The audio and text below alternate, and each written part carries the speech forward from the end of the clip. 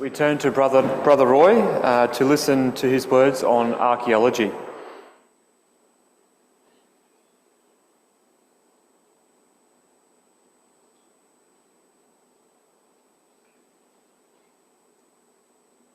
Good afternoon, everyone, and thank you very much for coming this afternoon. 7 reasons to believe the Bible. So we're in our 4th week now, and this afternoon's subject is archaeology. Archaeology, what do we think of when that comes to mind? In our prayer just then, we heard the word evidence. Evidence of the existence, evidence that what's gone on in history has actually happened, that we can see it when we know it did happen. 7 Reasons to Believe the Bible was written by a member of this ecclesia, Jeff Cordinley. I'm going to rely on a lot of his words this afternoon, and I'm going to follow along the lines of the topic, section 4 in this book today. However, just to start with, I'm just going to put a personal note on how I see archaeology.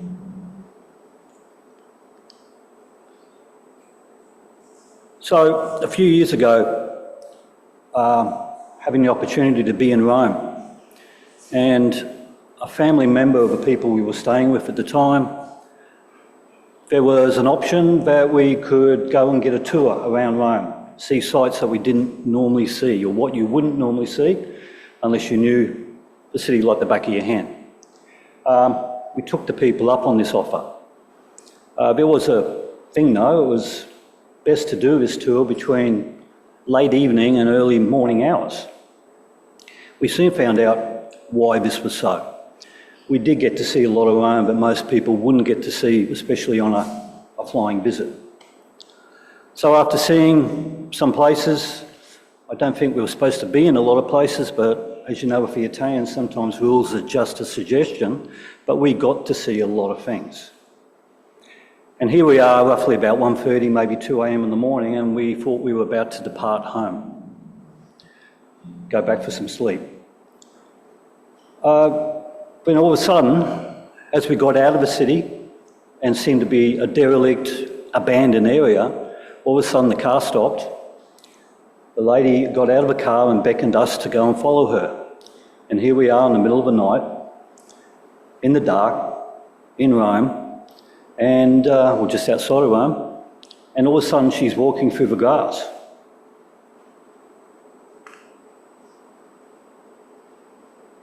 Now that wasn't what we saw that night. Obviously it was very dark and a lot of moonlight, but that's pretty much what we did see, the Appian Way, or Appian Way. Now for all of us here that know the Bible, we know that it's mentioned a couple of times in the New Testament. Paul walked upon the Appian Way, probably not the part that we were seeing at the time, I don't know. But what did this do to me? As a believer in the Bible, strengthened, reinforced the fact that something that I've been reading about for years and never having the opportunity to later on in life, actually strengthened that I could actually touch it, kick it, and it was there and it was real, and we know that Paul walked on part of that section.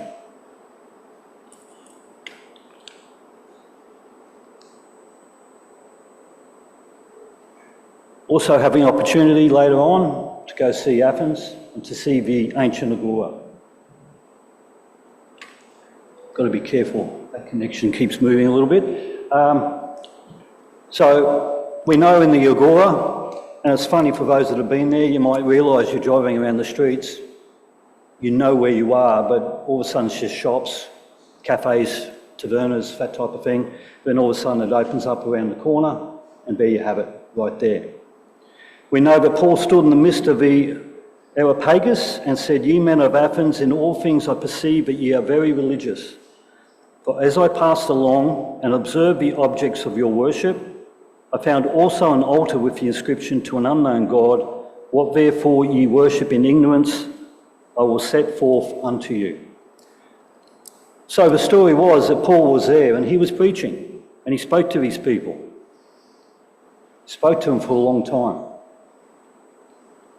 But once again, as a Bible student, it reinforced the fact that there was something that I'd read about, and here's evidence of it. So that's a personal note. Now, obviously, these things have probably been, well, as we know for the Greeks, the agora, that's just in the bustling part of a city. They've been there and they've seen it, and it's been known to everyone, well, for years. Archaeology, however, the things that have been found, because as Brother Jeff in his book, he speaks about a time when things were changing in the world. He was talking about the time, especially in the 19th century, the 1800s. Things were moving, things were changing, industrial revolution, things were getting faster. But also religious freedom was happening. Scientific exploration and scientific knowledge was gaining more and more of an understanding, but also more of a preeminence. Evolution was taking hold. Other theories, other things were taking hold at that time. So what was happening at that time? Because before that, you must realise or understand that realistically what was in the Bible was taken as read. People were taught it, they knew it. But around about this time, and continuing to this day, people need to question. They need to know that it's real. They needed proof.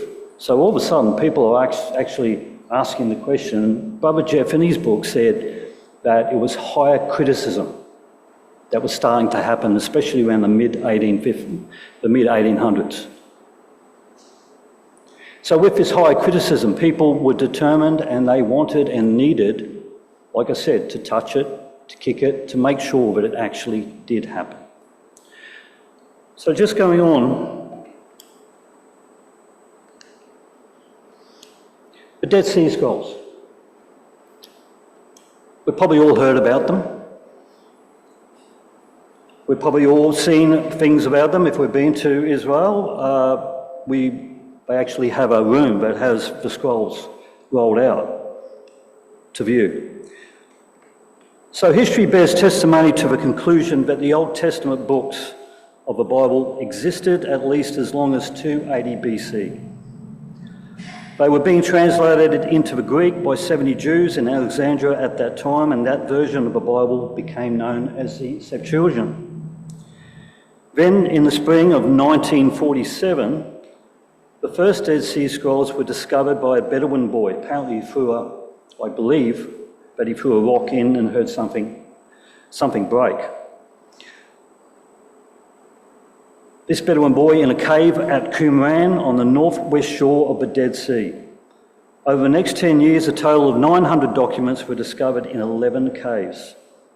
These included texts from every book of the Hebrew Bible except Esther and Nehemiah. The only known surviving documents made before 100 AD. Now, there was a complete copy of a book of Isaiah the prophet. The accuracy of each text, compared with all previous known copies, demonstrated the skill of the scribes whose job it was to copy error-free from existing scrolls. Many of the scrolls are now housed in the shrine of the Book of Jerusalem. Now, out of those documents that they find, and they compared it with the ones that they had, they found those documents to be pretty much perfect. Some small errors through translation, well, not translation, but obviously through the repetition of putting those or creating the scrolls in the first place. The fact that the Isaiah prophecies, the prophecy we spoke about here last week, the fact that that was the same, obviously back then, and it corresponded with what was translated, means that we still had that word today for our benefit.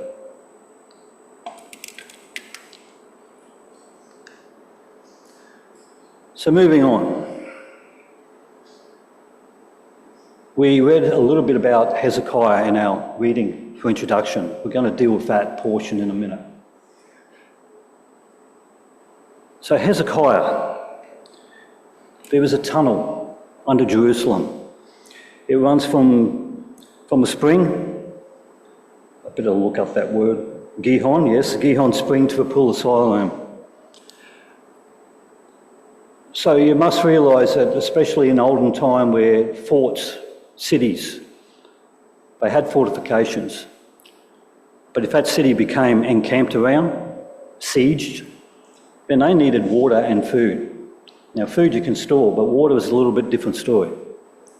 So Hezekiah, in his wisdom, there was already some tunnels, but in his wisdom, he decreed that this tunnel be made from there to further secure or make their water source more supportable for the city in case of siege. So for our next piece of evidence, we come down through history, 100 years to the time of Hezekiah, king of Judah.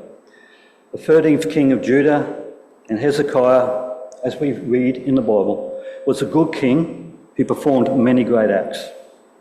Once concerned Jerusalem's water supply, he in 2 Kings 20 and 20, and the rest of the acts of Hezekiah and all his might, and how he made a pool and a conduit, and brought water into the city, are they not written in the book of Chronicles of the Kings of Judah?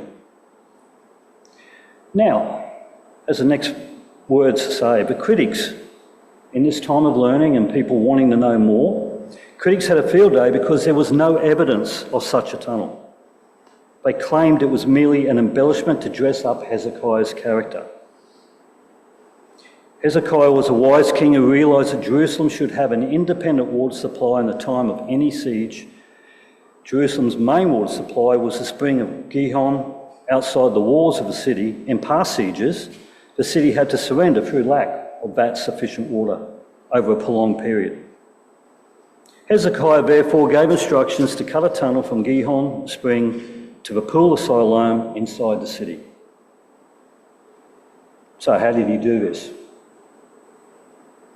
He instructed one group of picked men to start at the pool of Siloam and to quicken the pace of construction, another group at Gihon Spring, working towards one another. Now just think on that for a second. This is back in the day before lasers, before GPS, before all those wonderful gizmos that we have nowadays. I first used a laser in roughly 1988. We've only had them around not that long, really. We didn't have all those wonderful toys back then. And not only did you start digging a spring, or start digging a tunnel, from the spring, heading towards the pool, we started in two directions. Now, we've all seen tunnel boring machines when they dig tunnels underneath our cities. And yes, they can get them to where they actually will break through after two have actually been approaching each other, and they get it very close. But how did they do it in this day and age? This is also remarkable.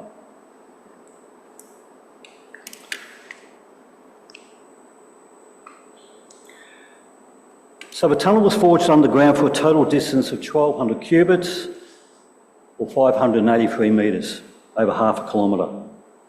However, two groups were able to cut a tunnel so long over such a winding route, 2 metres high, 60 centimetres wide, and about 15 metres on average below the city, and still meet face to face, shows the skills that they had back then that we don't know anything about still. How do we know in such detail?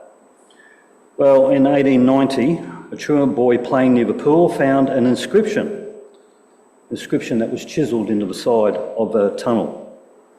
Now, this is a history of the excavation while the excavators were lifting up the pick each toward his neighbour, and while they were there yet 3 cubits to evacuate, there was heard the voice of one man calling to his neighbour, for there was an excess of in the rock of the right hand and on the left. And after that, on the day of excavating, the excavators had struck pick against the other, and waters flowed from the spring to the pool for a distance of 1,200 cubits, and 100 cubits was the height of a rock overhead of the excavation. The language points to Hezekiah's time and the direction of the pick marks, so we've obviously done an investigation of the tunnel.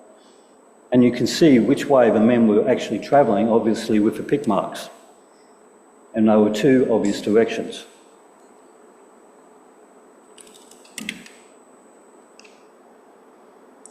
According to the Siloam inscription, the one that was carved on the tunnel, it was carved out of living rock by two teams, one starting at each end of a tunnel, then meeting in the middle. The inscription is partly unreadable at present and may originally have conveyed more information than this. However, it is clear from the tunnel itself that several directional errors were made during its construction, which probably would have been obvious. How the Israelite engineers dealt with the difficult feat of making two teams digging from opposite ends meet far underground is still not fully understood. But some suggest that the two teams were directed from above by sound signals generated by hammering on the solid rock for which the tunnellers were digging. One other thing that wasn't mentioned there, to have the water flow, you need fall. You can't have your grade level. It was only 300 millimetres a foot in old school measurements, 12 inches. So even though it does say there that there was some errors, they did a pretty good job, especially with the equipment they had at the time.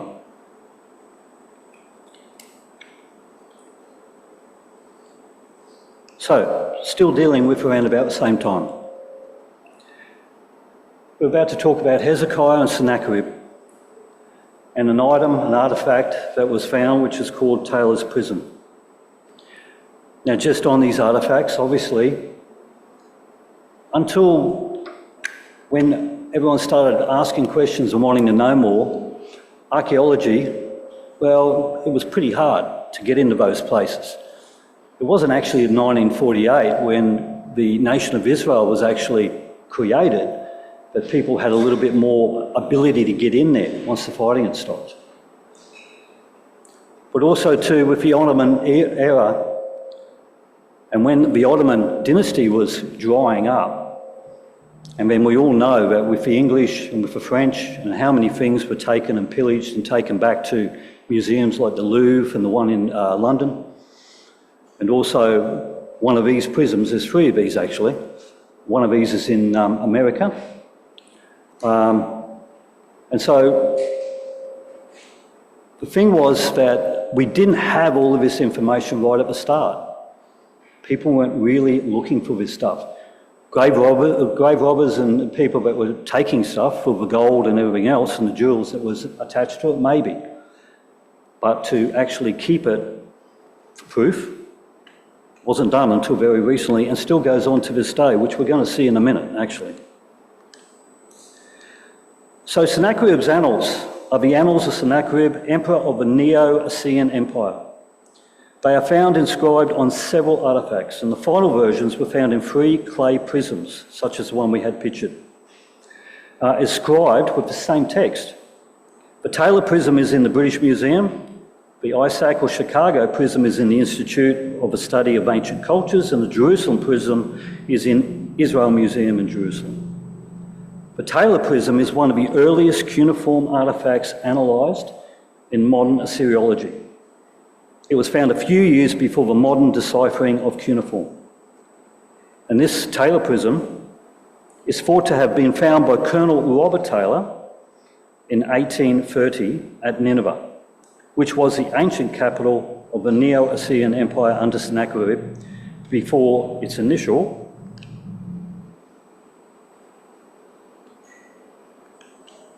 looks like I've got a bit missing there. But anyway, it was under Sennacherib, and in those verses that we read today, it actually stated that once Sennacherib's troops were killed, he did actually go back and he did arrive at Nineveh.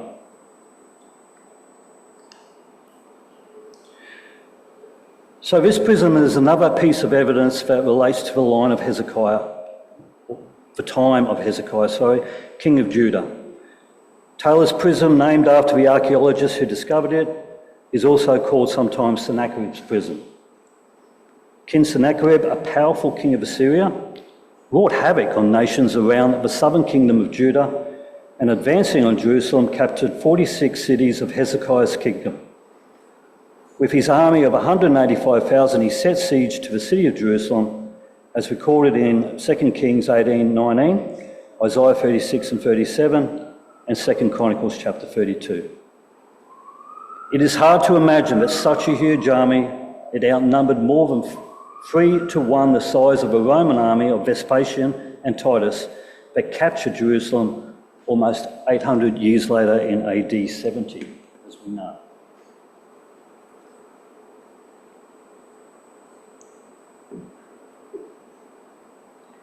So it continues that now, just as God kept a record of these things in his word, the Bible, which we have, so Sennacherib kept a record back home in Nineveh, Assyria. Both accounts differ in some respects, as you would expect, with two opposing sides, but there are enough similarities to pinpoint the same event.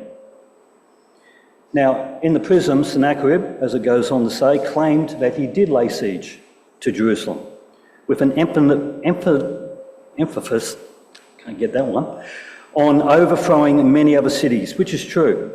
And this is what he wrote. As for Hezekiah the Judite, who did not submit to my yoke, like a caged bird, I shut up in Jerusalem, his royal city.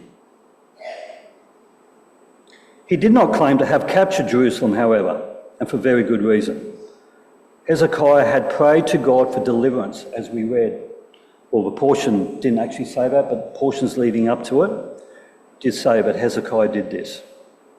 God's reply to him through the prophet Isaiah is recorded in 2 Kings 19 and verse 20.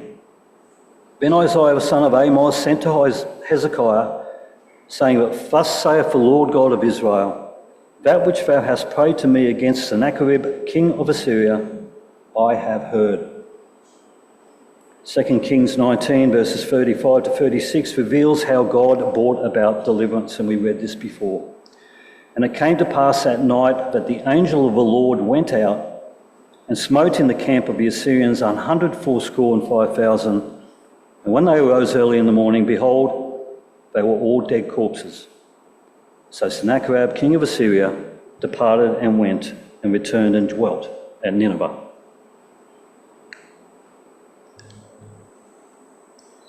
So obviously Sennacherib had to give up the siege. He had no army left to fight with. He lost 185,000 men in one night. And it was a miraculous intervention by God on behalf of a righteous man, an aspiring example of a great power of God. The Creator, who gave life, can easily take it away to suit his purpose. When Sennacherib returned home and wrote about it, did he mention how he lost his army? Of course he didn't. Human nature is not like that. He told half the truth. Certainly he had Hezekiah like a bird in a cage for a while, until he lost his army. He simply just didn't mention the other half of the story. He didn't mention any defeat. We have noted already how God's word is most remarkable for telling the full story truthfully.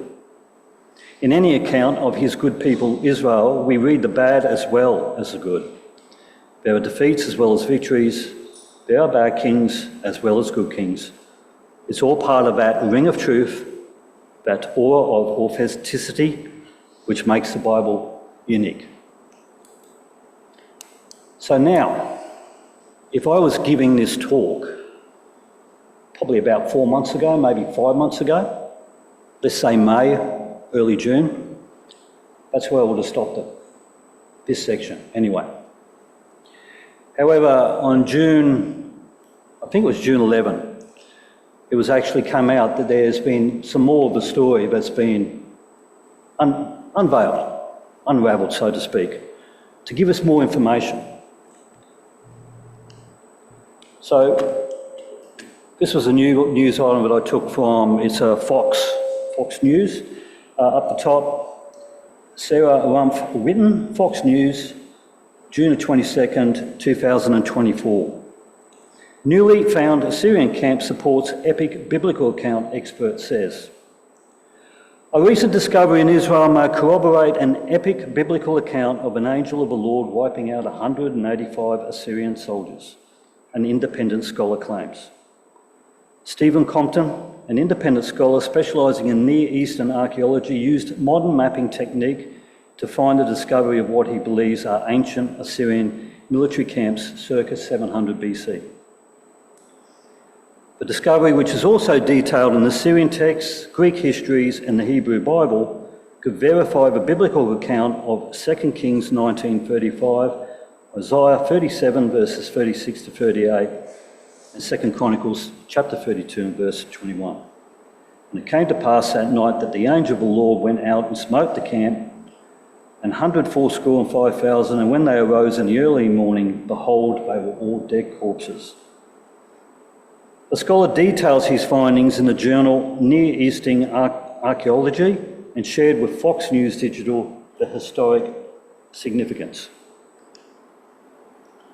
So he matched the landscape to the relief of the Assyrian king Sennacherib's palace using early aerial photographs of Lachish prior to modern development. Compton created a virtual map to pinpoint the site of a military camp, and the oval shape of the Assyrian king Sennacherib's military camp helped narrow down Compton's research. So these were from early aerial, we're about to see it here. So that's a very early aerial photograph, which has only just been, well, discovered, but more so probably just connected with the fact that Sennacherib's camp was actually there. Now down below is part of a wall section that was taken out of the ancient ruins and was taken back to London and put in the museum there. And so you see that section of the oval up the top, which is just a little bit lower on the main part of the photo. That is where he camped. And then you'll see the camp in the same sort of section on the end of the relief that was in London. So this has only just come out and made news, and obviously they would have probably done a lot of research to make sure that this was correct. However, this thing wasn't secret. We just didn't have this information. But what it's proving to us now, that as things still get found and found, we're still proving that the word that we find in the Bible is exactly what happened.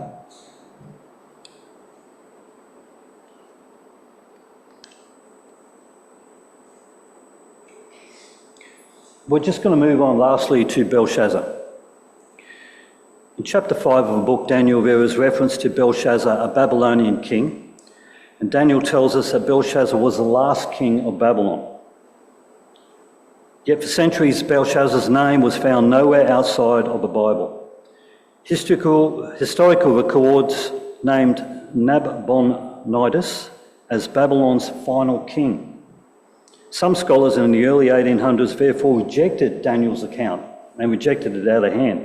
The whole thing must have been wrong, labelling it as one of the Bible's many historical mistakes. But in 1853, archaeologists discovered 4 small clay cylinders at Ur in Mesopotamia, inscribed with accounts of a rebuilding of Ur's ziggurat, the temple tower, by King Nabonidus. The inscriptions concluded with prayers for Nabonidus' health, or his health, so obviously he must have been very unwell at the time, and for his eldest son and co-regent Belshazzar. Other texts have been found also that show numerous treaties and contracts that mention this as well.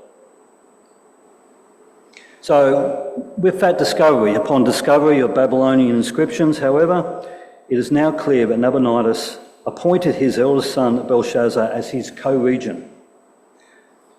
And this could be the reason why, but Belshazzar promised Daniel only a 3rd place in the kingdom in his last terrifying moments. And of course, Belshazzar was the king that he had the inscription written on the wall. Mene, mene, tekel upharsin, you've been weighed and found wanting. And he died. And so he did offer Daniel in his scared few last moments. But he couldn't offer him half, as he was already sharing the kingship with his father.